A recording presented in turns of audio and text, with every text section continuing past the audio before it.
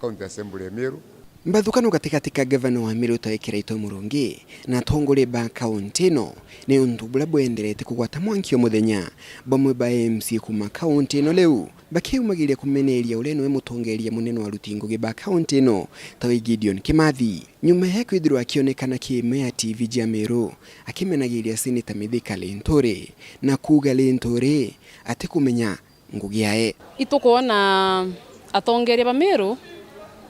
batigwatanirite na ndoira tukona ciumurite ndene county Meru ciena kaumo kayo na unde mumbe county assembly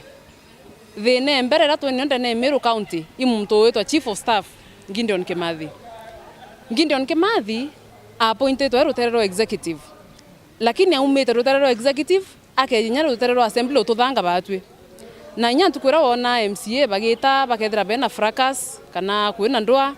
ntukuru kere Kimathi arokere weta M.C.A 20 abeta 3 stairs